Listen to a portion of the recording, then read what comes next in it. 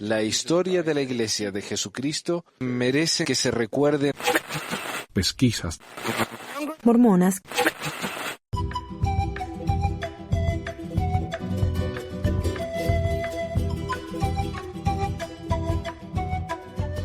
Bienvenidos al episodio número 63 de Pesquisas Mormonas.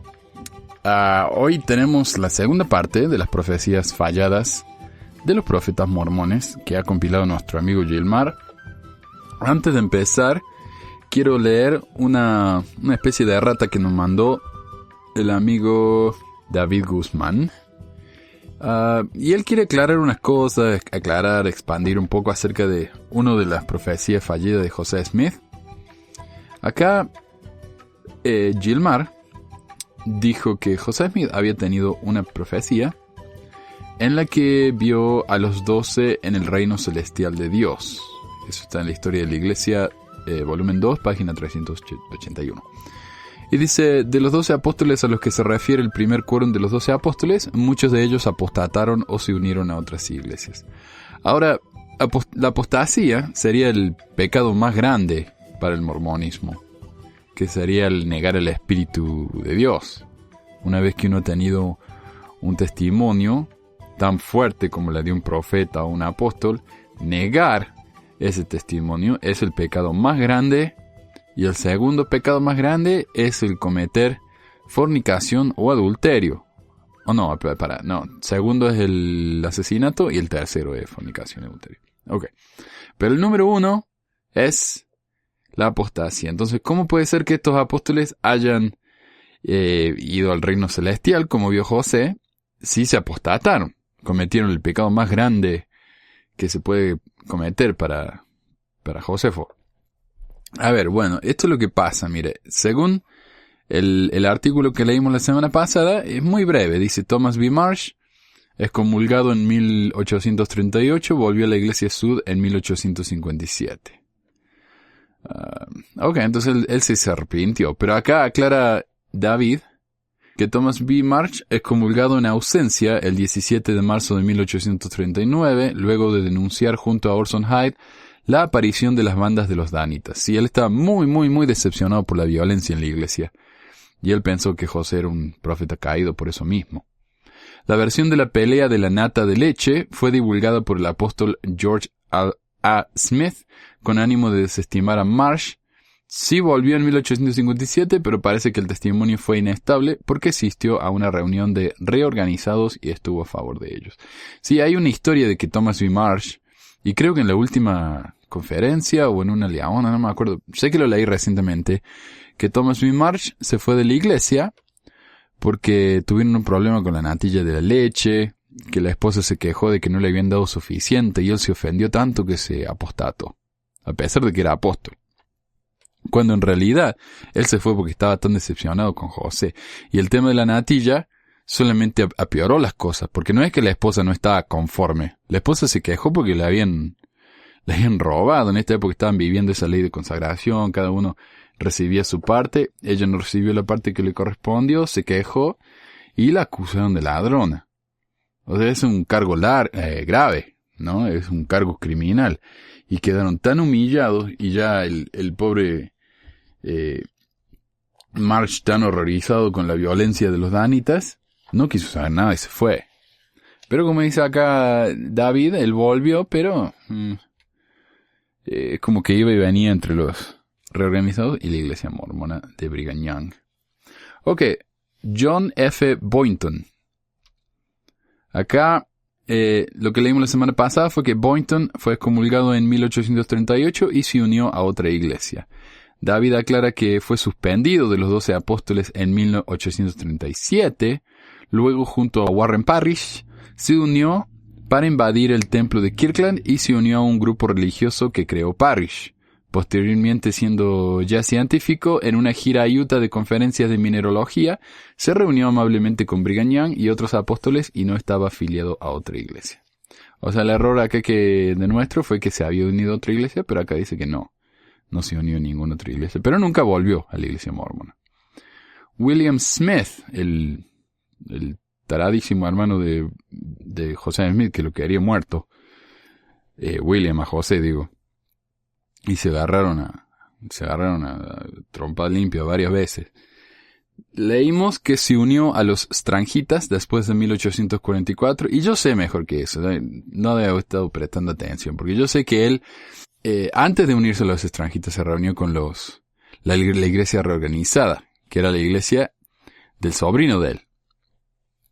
Y los Strangitas le prometieron a William que si se iba con ellos y traía a su familia y traía, eso lo leí hoy, justamente, en American Crucifixion, un librito que estoy leyendo para hablar un poco acerca del asesinato de Joseph Smith.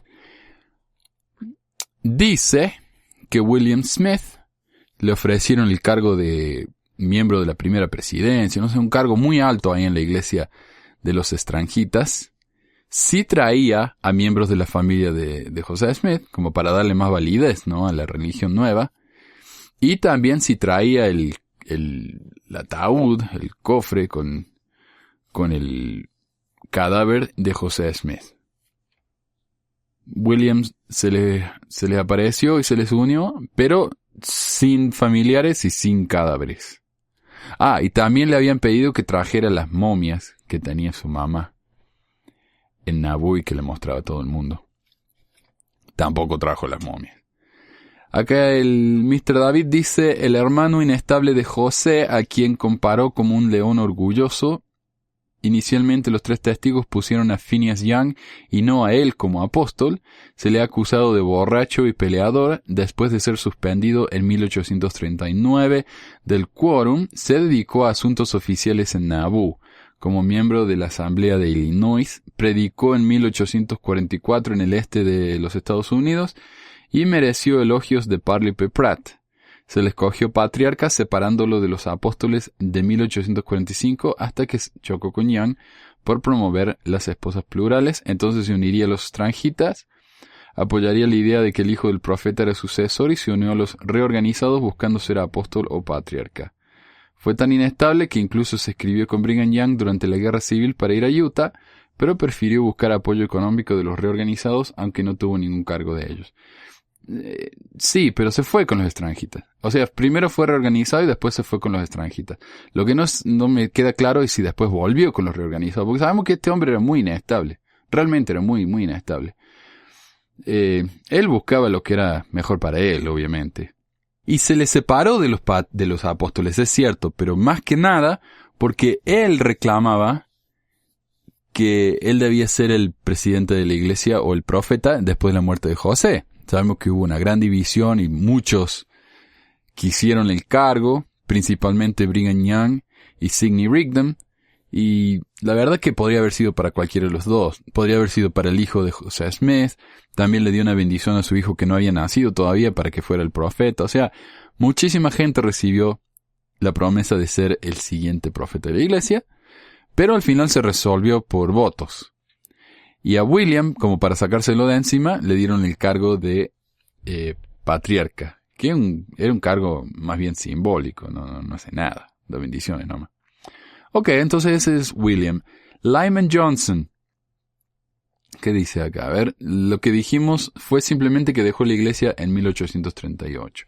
Y aquí el señor David expande y dice, acabo de leer un artículo de Journal Mormon History del 2010 en el que narra un poco más de él. Parece que tuvo acercamientos junto a Boynton para volver a la iglesia, ya que en Nauvoo se encontraron y charlaron tranquilamente los dos con el profeta, que visitó las oficinas del...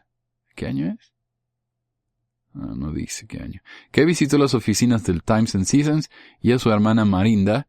De esta época data una confesión que hizo a los apóstoles en que se mostraba mal por haberse apartado de la iglesia. Después se dedicó a los negocios hasta morir muy joven, o sea, no se unió a la iglesia. Pero él está expandiendo un poco ahí, parece muy bien. De John E. Page, dijimos, dejó la iglesia por ser Stranghita, Brewsterita y finalmente Edriquita después de 1844. Señor David aclara, lo están confundiendo con Hiram Page. No es John E. Page, es Hiram Page, que era el de la piedra de revelaciones, o sea, uno que dijo que él había encontrado una piedra de vidente como la de José y podía ver el futuro y podía tener revelaciones, y José le dijo, ajá, no, yo soy el único. Ok, acá dice, era él ese, el que tenía la piedra de las revelaciones, fue uno de los 8 testigos del libro de Mormón. Lo único comparable de E. Page fue el bautizar 600 personas en su misión, se le mandó ir a Palestina con Orson Hyde y desobedeció. Ups. Amasa Lyman. Pusimos, permaneció con los Sud después de 1844, saliendo de la iglesia en 1870. Y debemos haber aclarado acá en alguna parte que él usaba la tabla de Ouija. Pero aclara aquí el señor David que no fue solo por ser espiritista que lo excomulgaron, fue por 2 principales razones. 1, predicar que era innecesario el sacrificio expiatorio de Jesucristo, que predicó en Dundee, Inglaterra en 1860 y que sostuvo en 1867, cuando volvió a oírlo en Fillmore y provocó que el presidente Young y los apóstoles decidieran sacarlo del apostolado. Es una historia interesante si desean saberla. 2. Lyman apoyó la herejía de los Godbeitas, promovidos por Godby, un amigo inglés. Esto lo acabo de leer de un artículo de Dialogue Journal del 2011, que después de ser sacado del apostolado, los líderes temían que se hiciera líder de este cisma mormón en Utah. Fue que los comulgaron el 12 de mayo de 1870. Estos Godbeitas admitían el espiritismo que usó Lyman la Ouija es falso. En esa época solo eran las sesiones de invocación en la mesa que tan conocidas eran en Europa y Norteamérica. Lo que en inglés se llama un seance. No sé cómo se llama en español, pero tenemos ahí un ejemplo en El Chavo, ¿no? Cuando van a la casa de la bruja del 71 y se ponen todo alrededor de la mesa y la mesa se levanta y escuchan golpes y qué sé yo. Eso es una sesión espiritista que le dicen seance. Y si no usaban ouijas para esas sesiones, si eso es a lo que se refiere. Así que bueno, gracias por las aclaraciones, David. Muy aclaratorio, muy informativo. Y bueno, ahora seguimos entonces con las próximas profecías fallidas de los apóstoles. Y estas son algunas de mis profecías favoritas. Si se hubieran cumplido, mejor. Pero no se cumplieron, todavía son espectaculares. Así que aquí les va. Gracias. El tema del día. Ok, la próxima es la tierra prometida de los mormones. A las anteriores promesas podemos añadir las típicas que toda religión revelada debe tener como base sobre tierras prometidas para sus fieles. Según Smith, el templo en Independence, Missouri, sería construido durante esa generación, que Sion se establecería en Independence, Missouri, y que no sería cambiado su lugar de allí. Los Sud, eso está en Doctrina y Convenios 57, 84, 97 y 101. Okay. 4 revelaciones separadas. Okay. Los Sud fueron expulsados del condado de Jackson en 1834, la tierra a la que hace referencia y a la que Smith pretendía cambiar de nombre, tierra en la que ni se construyó ninguna nación y que sigue sin pertenecer a los mormones. Después de 3 siglos, de hecho, tuvieron que cambiar su queridísima Sion a Salt Lake City, Utah. Los apologistas mormones ponen como excusa lo que mejor saben hacer, darle giros semánticos a la frase, descontextualizándola por completo para que la afirmación de Smith no sea esa, sino otra, y esa profecía aún pueda estar vigente por los siglos de los siglos. La excusa de rigor es que si el texto bíblico Jesús habla de que volvería durante la generación de sus seguidores y no lo hizo, la palabra generación puede adquirir un significado muy amplio. A fin de cuentas, si a ese personaje se le consiente esto, ¿por qué no a Smith? José Smith Jr. recibe otra visita celestial que le ordena, una vez expulsados de Independence, crear un ejército de personas que rediman a Sion a través del poder físico. La operación falla por completo cuando el ejército es invadido por una plaga antes de que lleguen a Independence, Missouri. Doctrinas y Convenios 103. Y, todas las demás referencias van a estar en el website, si lo quieren ver. Si no nos creen. Smith vuelve, por supuesto, a la carga en 1838 con otra profecía. Construir un templo en Far West, Missouri.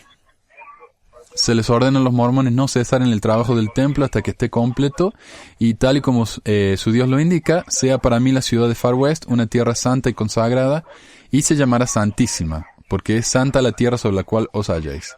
Por tanto os mando a edificarme una casa para el recogimiento de mis santos, a fin de que me adoren.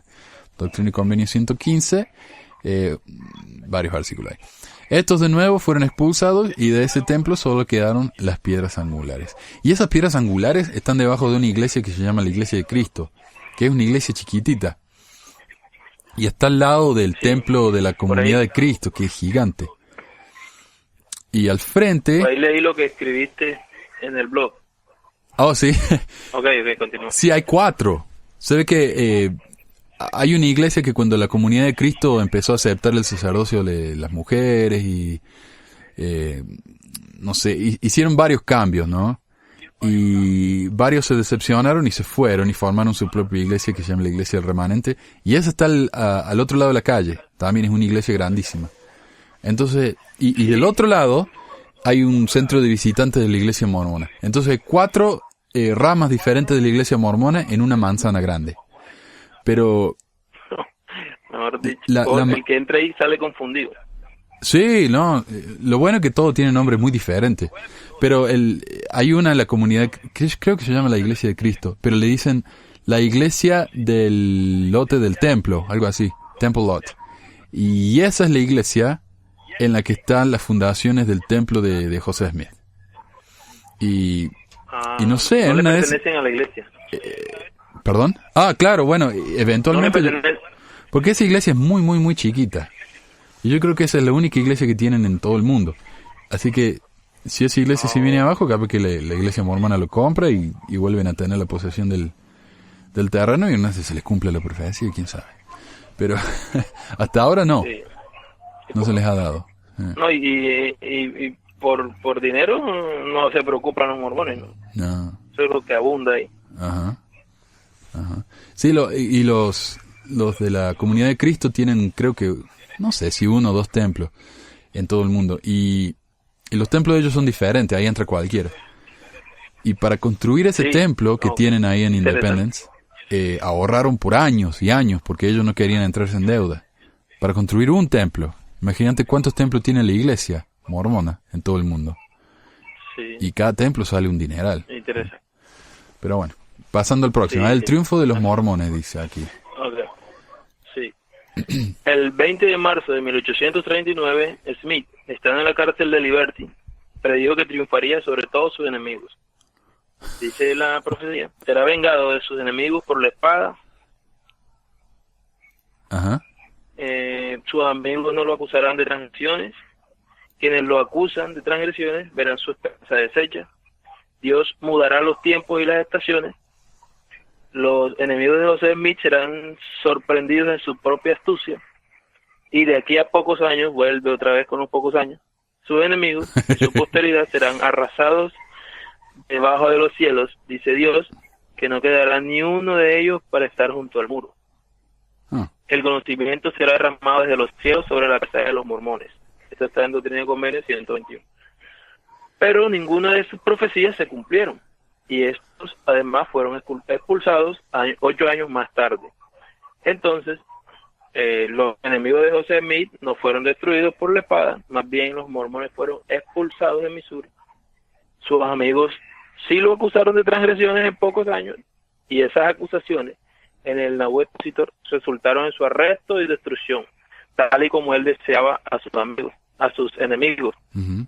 Dios no cambió los tiempos y las estaciones, sea lo que eso signifique. Claro. En general, los enemigos de los mormones consiguieron su meta de expulsarlo y destruir a José Smith. Este murió asesinado en Carter, todos lo sabemos. Uh-huh.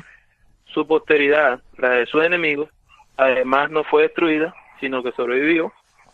Por lo menos no hay registro de que los antimormones de Missouri fueran arrasados.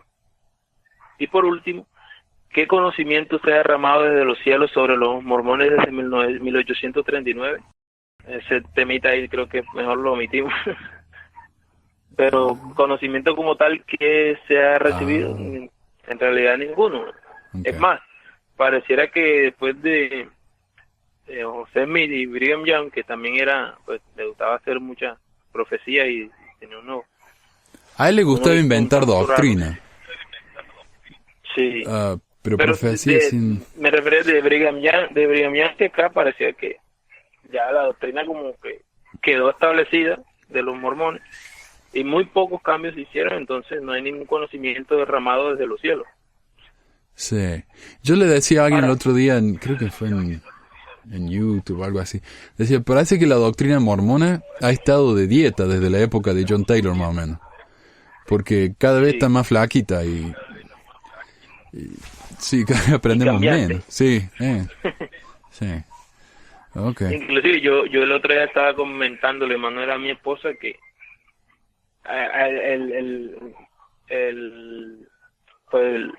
los precedentes que tiene la iglesia ha demostrado que él cambia de acuerdo a la presión social y a las situaciones. Sí, definitivamente. Y que no se nos haría raro que cualquier día acepten mujeres en el sacerdocio y de una vez por todas dejen de atacar tanto a las parejas gay, porque hay bastante presión en esos temas. Uh-huh. Y la iglesia, sabemos que cuando la presionan mucho y se le de pronto les quieren tocar el bolsillo, pues ellos ceden. Sí. Sí, y es un tema para estudiar también con el tema de los gays, porque se les va a poner difícil. Pero bueno, ese es otro tema. No tenemos tiempo para expandir, porque todavía nos faltan 5 páginas de profecía, así que vamos a seguir. A ver. ¿Terminamos este? Me parece que no. Bueno, ya lo último es, uno puede preguntarse por qué José Smith pasó tanto tiempo en prisión. De acuerdo al libro de Mormón, en Mormón 8:24, la fe puede hacer que los muros de la prisión se derrumben. Si él era un profeta tan poderoso, ¿por qué no pasó? Uh-huh. Sabemos que él murió inclusive estando preso. Entonces. Claro. Sí. Okay, ahora sí pasamos a la otra, la casa o la mansión, ¿no? La mansión de Nabú. La mansión de Nabú. Y acá pusiste una foto, mira qué casa muy bonita, grande. Sí. Ok, a ver, dice Smith afirmó, y de piedra y ladrillo, en vez de madera como las más comunes. Dice, Smith afirmó el 11 de enero de 1841 haber recibido otra de sus visiones, revelaciones, profecía, como quieran llamarlas, la construcción de una casa en Illinois, la mansión de Nabú. Lugar que según él sería un lugar de descanso para el viajante cansado, lugar que según Smith le fue dado por su Dios y el que pertenecería a su familia para siempre. La casa empezó a construirse un año antes y cuyo objetivo era convertirse en una pensión. Acabó siendo la residencia de la propia familia Smith. La casa, por supuesto, además de no ser ese lugar de descanso y de no llamarse mansión de Nabú, esto se quedó solo como un nombre para una asociación creada por George Miller, Lyman Wright y John Snyder y Peter Haas, supervisores del proyecto de construcción. Jamás fue terminada. A esto cabría añadir que según Smith, Dios también le dijo sobre la casa: por consiguiente, haya lugar en esta casa para mi siervo José, y para su posteridad después de él, de generación en generación, para siempre jamás, dice el Señor. José y su hermano Hiram Smith murieron en 1844 y su esposa M. Smith vivió ahí hasta su muerte en 1871. La familia Smith perdió la propiedad de la casa hasta que en 1909 la iglesia Sud compró dicha propiedad. Pero ya no es más de los Smith, como él dijo, de la familia. Es de la iglesia, pero no de los Smith. Okay. Inclusive, luego de la muerte de José Smith, pues, sabemos que Emma se casó con otro hombre y vivió con él ahí en esa casa. Entonces ella cambió de apellido, ya no era más Smith. No. Birman, creo que era. Esa fue la casa donde me parece él que tuvo el bar. Y le duró un día el bar, porque vino Emma y dijo, si no saca todo esto yo me voy. Así que así es. Bueno. En la escuela de los profetas, ¿no? Masticaban mucho tabaco también y escupían el tabaco al piso. Y eso. Y le tocaba a Emma limpiar saliva ajena. No, pero claro, un bar. Dijo ella, ¿cómo se ve que un líder religioso tenga un bar? Y él mismo lo atendía al bar también, así que, no. Está bien. Ok, la próxima es... Un poco raro este profeta. Sí, le gustaba.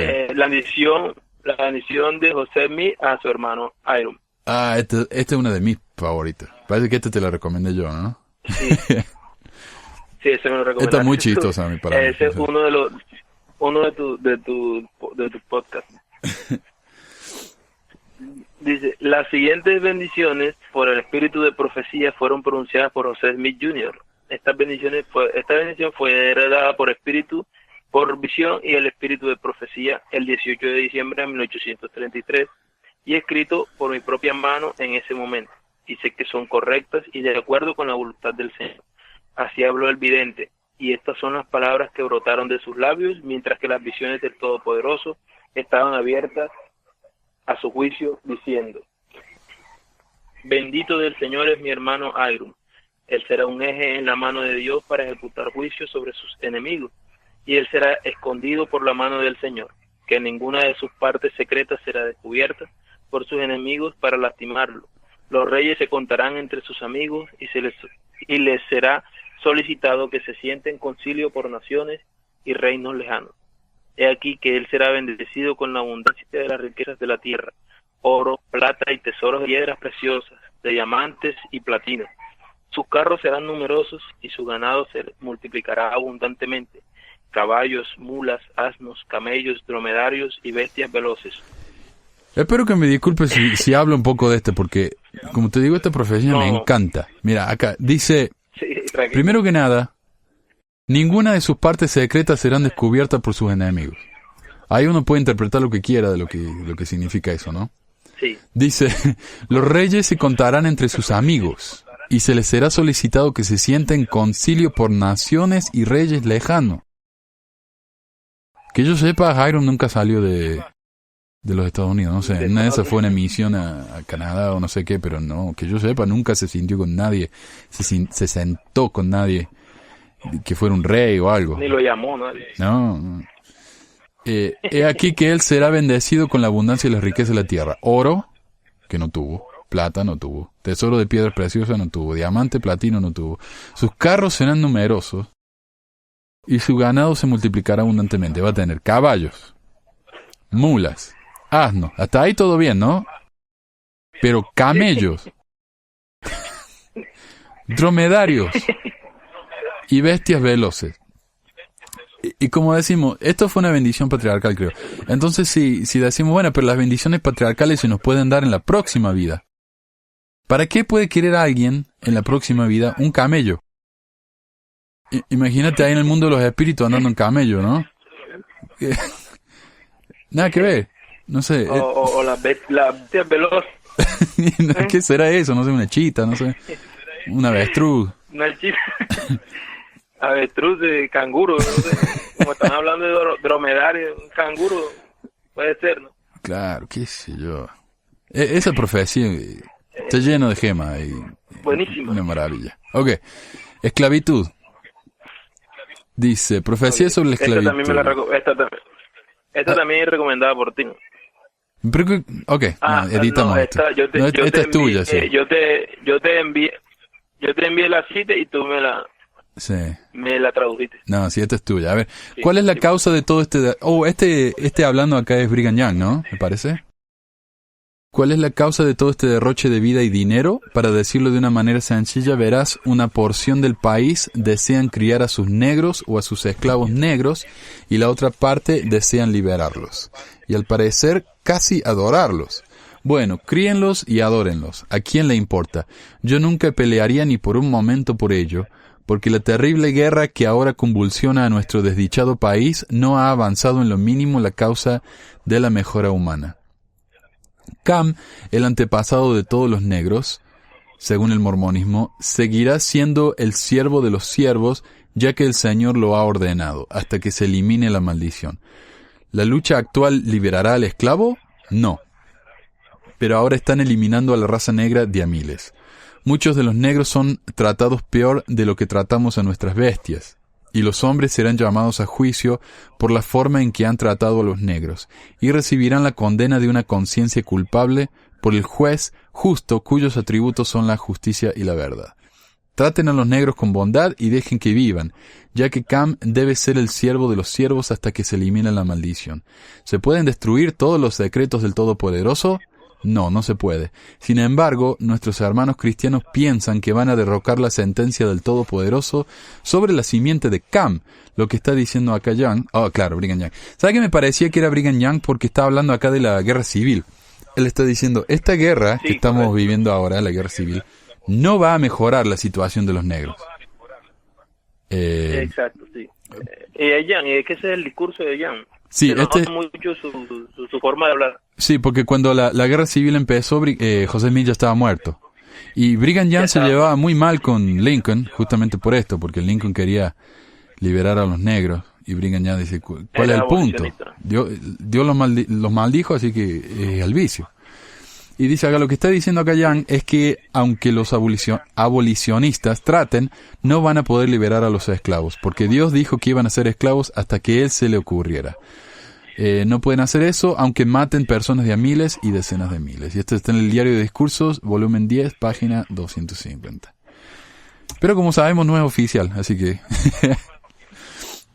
Sí, no es oficial. Nada es oficial. Y me gustaría comentar algo de este tema. Y aparte de la forma en que se expresa, ¿no? Se expresa de las personas de color. Dice que él nunca pelearía ni por un momento por ellos, porque la terrible guerra que ahora convulsiona a nuestro desdichado país no ha avanzado en lo mínimo la causa de la mejor humana. Y ahí es donde está de pronto el enfoque de una profecía, es decir, dando a entender de que esta guerra no va a concluir en la liberación o en la abolición de la esclavitud, cosa que se equivocó por completo, porque pues sí, la guerra sí sirvió para eso. Claro. Sí, y antes de su muerte, Lincoln firmó la declaración de, ¿cómo se dice? Emancipación de los negros. La abolición, emancipación de los negros. Okay. Sí, Emancipation Proclamation, sí, proclamación de emancipación, claro. Ok, la Orden Unida, a ver. Sí, dice, de Doctrina y Convenio 104.1, afirma que el Señor le dijo a Smith, de cierto os digo, amigos míos, os doy un consejo y un mandamiento concernientes a todos los bienes de la orden la cual mandé organizar y establecer para que fuera una orden unida, una orden sempiterna para el beneficio de mi iglesia y para la salvación de los hombres hasta que yo viniese.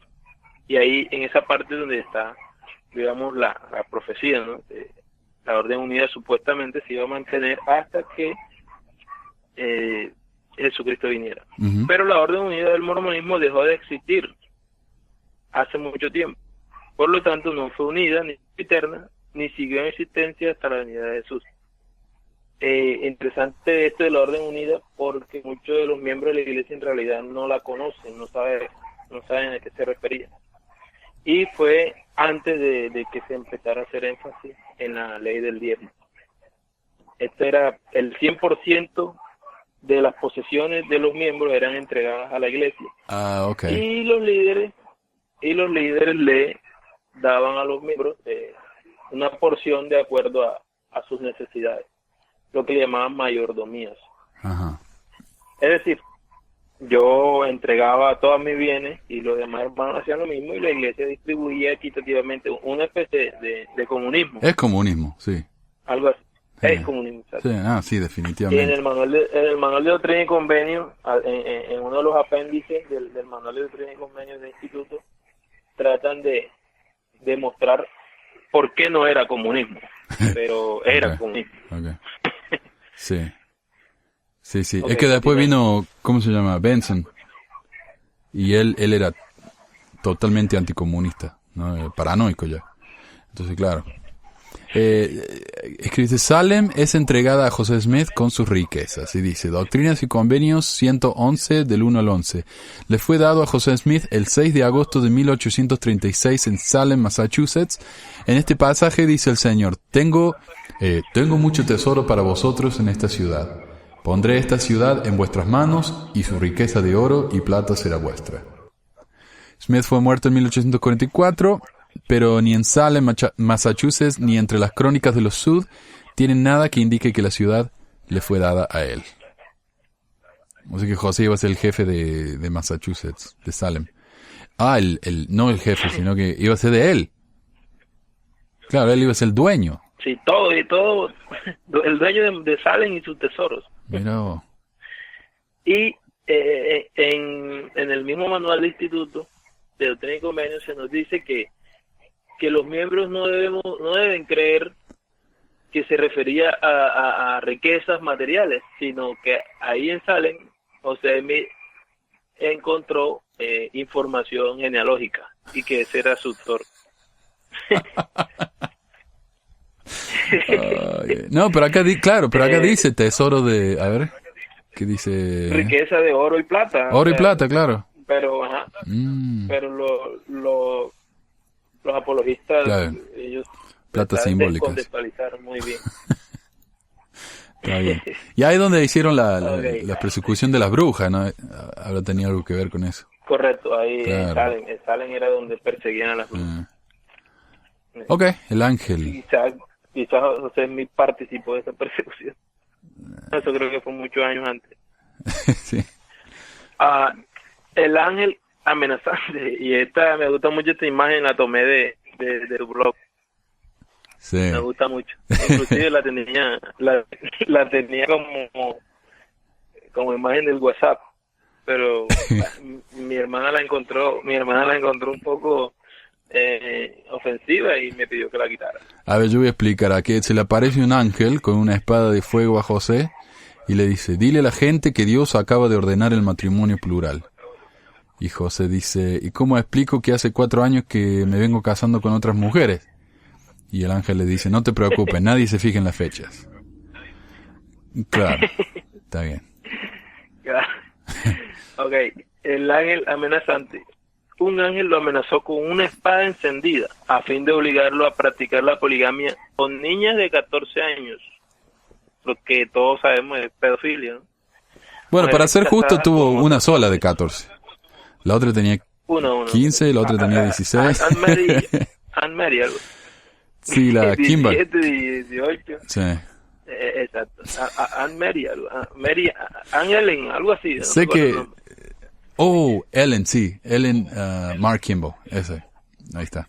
Exacto. Pero sabes que, Mariel, entonces... esta muchacha no le gustó para nada la poligamia, pero después ella escribió varios libros defendiendo a la institución esta. Sí. Así que, ok. Sí, pero en sus diarios debe entender que no se hubiera casado nunca si hubiera sabido que era más que un compromiso, ¿no? Un documento. Claro, una ceremonia, sí. Ok. Entonces, el ángel, una espada, lo obligó a casarse con niñas de 14 años. Una niña de 14 años, adolescentes, mejor dicho. Mujeres casadas con otros hombres, lo que llamamos poliandría. Hermanas, madre e hija, y todo esto contrario a los mandamientos de Levítico, ¿no? Si las personas que han leído la Biblia se darán cuenta que en Levítico, no tengo las citas exactas, pero en Levítico Jehová condena, le dice al pueblo de Israel: no tomarás madre e hija como esposas, no cometerás vileza en Israel. Vileza, para Jehová era vileza que un hombre tomara madre e hija. Claro. Y dice que no tomarás hermanas como esposas para que no las hagas rival. Entonces,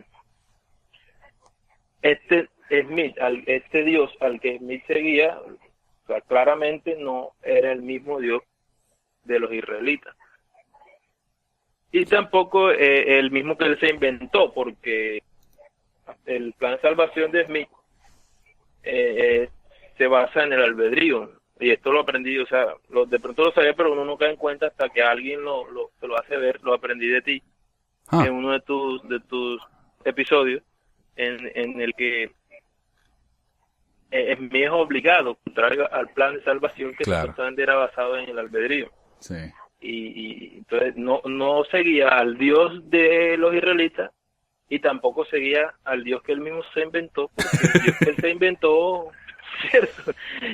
Estaba siguiendo era al Satanás de él, que era el que quería obligar a hacer las cosas. Claro, Satanás era el que dijo: yo ofrezco que todos se salven siempre y cuando no tengan ninguna libertad de elegir. Y acá el ángel no le da a él la libertad de elegir. Claro, y bueno, él dijo que a veces podía haber sido un ángel del diablo. Bueno. Sí, exacto, del corazón del hombre también. Creo que iba a por ahí decir? que es la cosa. ¿Sabes qué? Nada que ver esto, ¿no? Pero estaba pensando hoy, cuando José habla de Dios en el discurso de King Follett, él habla de que Dios no tiene origen, que Dios tiene un padre, y el padre de Dios tiene otro padre, y así para siempre. Y no sé cómo funciona eso, tal vez es un círculo, ¿no? El Dios nuestro, el padre del primer padre de todo, no sé, un círculo, no sé cómo hacer eso. Pero bueno, no hay un primer Dios. O sea que siempre existieron los dioses. Y Dios no creó las cosas de la nada, sino que simplemente las organizó de cosas que ya existían. Organizó. Y yo lo que he notado, que muchos cristianos dicen que Dios explica el origen del universo, porque hablamos de la evolución, de que tal vez el hombre apareció por medio de la evolución y qué sé yo, y ellos dicen, no, pero ¿y el Big Bang? ¿De dónde salió el Big Bang? Ese tiene que haber sido Dios, el que creó la primera cosa. El Big Bang. Claro. Claro. Pero según el Dios mormón, Dios no creó nada. Es como que Dios está jugando con... Simplemente organizó. Claro. Está jugando con plastilina, no sé, con arcilla. Y claro, es más un ingeniero que un Dios creador. Que un creador. ¿no? Claro. Así que Correcto. ahí está, ¿ves? Hay otra diferencia del Dios. Hay un libro también de... no recuerdo el nombre, uno de estos apologistas también mormones, que discursaba mucho sobre estos temas de la carne y de la leche del evangelio. Sí. Y él habla sobre esos temas e inclusive dice que después de los hijos de perdición van a ser desorganizados, las inteligencias van a ser desorganizadas. Oh, wow. Y sí, ese es un libro muy interesante, se llama Los primeros 2000 años. Skousen, ok. Pero en los apéndices. Skousen, correcto. Okay. Skousen. Ese tipo está loco. Ok, entonces... Sí. Ok. El último... ¿Es el último, ¿ves? ¿O faltan...? Faltan dos. Penúltimo. Ya Ok. checamos. El alfabeto de Seret. Sí.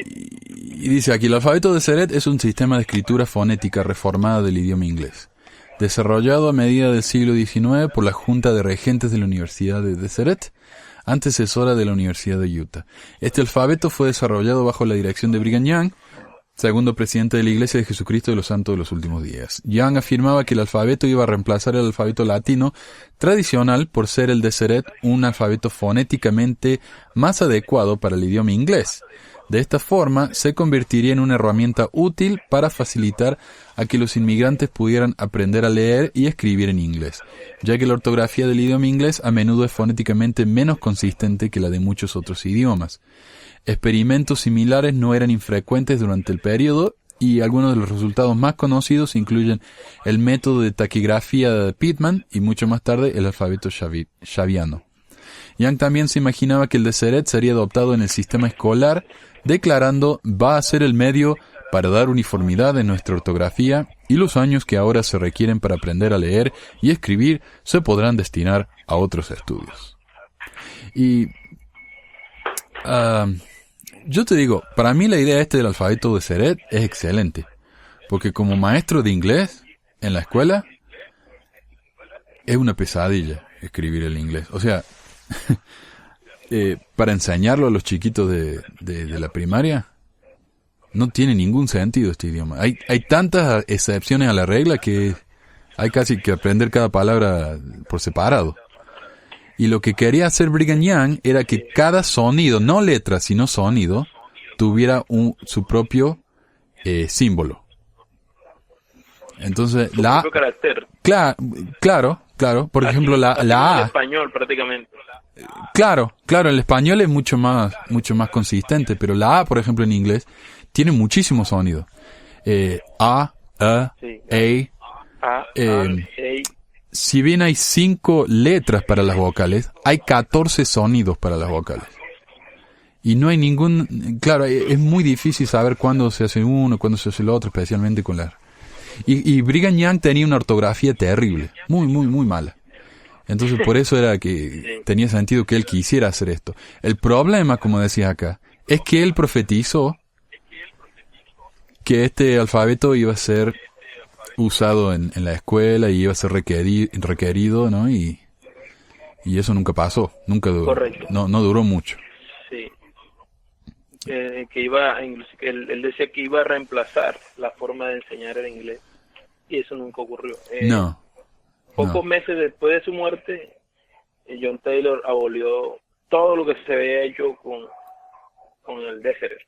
O sea, descontinuó todo el trabajo que se había hecho. Sí. Entonces, otra profecía más fallida. Es que por último, Brigham Young se entusiasmaba, ¿no?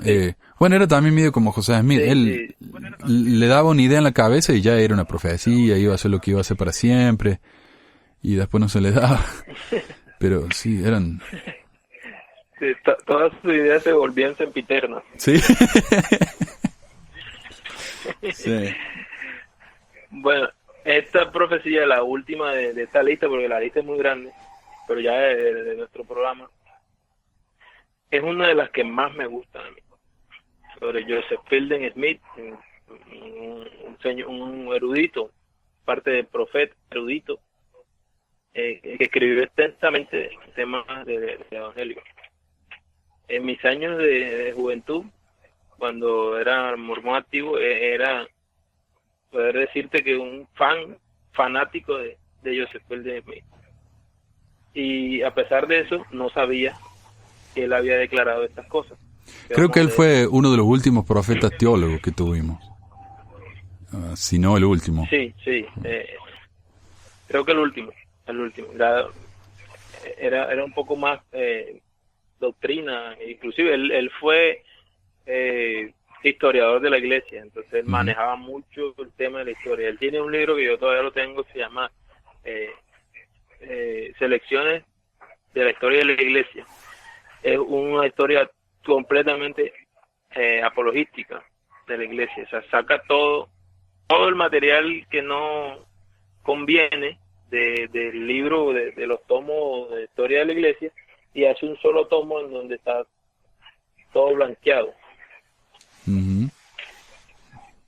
Ok, Claro. entonces dice, casi como probando lo opuesto, y una vez que existía en el mundo la tecnología para viajar al espacio en 1961, el elder Joseph Fielding Smith, que en esa época era presidente del Quórum de los 12, pero que más tarde pasó a ser el profeta y presidente de la iglesia, dijo: nunca vamos a mandar a un hombre al espacio.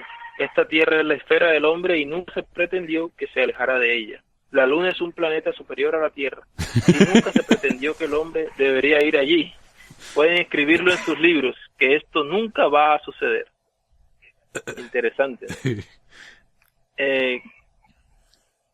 Dice, cuando el hombre fue puesto en esta tierra, se convirtió en su hogar mortal o de probación. Aquí él está destinado a permanecer hasta que se complete su vida terrenal. No hay ninguna profecía o edicto dado que los mortales deban buscar dominio más allá de esta tierra, mientras vivan en mortalidad. Aquí estamos y aquí deberíamos estar contentos de quedarnos. Toda esta charla sobre los viajes espaciales y la visita a otros mundos trae a la mente vívidamente un intento hace mucho tiempo hecho por los hombres insensatos que trataron de construir una torre que llegara al cielo. El Señor permitirá a los hombres a que lleguen hasta cierto punto y no más allá. Y cuando lleguen más allá de los límites adecuados, los detendrá. Okay. Me gusta mucho porque luego de la muerte de Kimball, que fue el profeta al que él reemplazó, ya el hombre había llegado a la luna y él llegó a ser profeta y un periodista le preguntó que, ¿y esa cita qué pasó? Y él contestó, me equivoqué. Inclusive eso va a salir en la Leona de este mes. ¿Oh, sí? La Leona de marzo. Y yo te la mandé. Revísalo, ahí está. Ok. En donde hablan de que los profetas son hombres que se equivocan. El problema no es que se equivoquen o no, sino que O sea, ¿cómo vamos a saber nosotros cuándo están hablando como hombres o como profetas? ¿Cierto? Claro. Entonces, tocan el tema de que vamos a hablar de esta profecía en la que él dijo eso y se equivocó, él mismo lo reconoció. Mira vos. Eso está en la Leona de este mes que te mandé, que puedes revisarlo. 189. Mira, acá tengo el segundo volumen de respuesta a pregunta del Evangelio, de donde sale esa cita. Y esto fue impreso en 1958. Y sabemos que el hombre fue a la luna en los 60, fines de los 60. Sí. Pero ya estaban hablando en esa época, ¿no? De la carrera espacial, a ver si era Rusia o Estados Unidos primero. Y él dijo, todo eso que se está hablando de los viajes al espacio, eso no va a pasar. Pero está bien. 1958, claro. Menos de 10 años después ya se le arruinó la profecía. Ok. Está bien. La Biblia, por favor. Está bien. Por eso supongo ya no tenemos más profecías, ¿no? Si uno dice Sí, que han profetizado los profetas modernos y dicen la proclamación de la familia, cosas así, no hay más profecías. En realidad no son profecías, no son profecías, son consejos más bien. Así que, pero una lástima, sí, son divertidas esas profecías, por lo menos para reírse un rato. Y a mucha gente les da esperanza eso, ¿no? Sí, claro. No sé si es algo bueno o no. Muchas personas que le dan oído. Sí. Pero bueno, muchísimas gracias, Gilmar, por todo el trabajo que hiciste acá con 16 páginas de profecías acá, fallidas. Y un trabajo muy buenísimo de investigación, así que te agradezco. Y te agradezco también por todas las cartas que nos están mandando. Para servirle. Y de nuevo, si no las han visto, vayan blog.pesquisamormones.com y lean las cartas de Gilmar, que son excelentes. Así que bueno, muchas gracias por escucharnos entonces y nos estamos hablando pronto.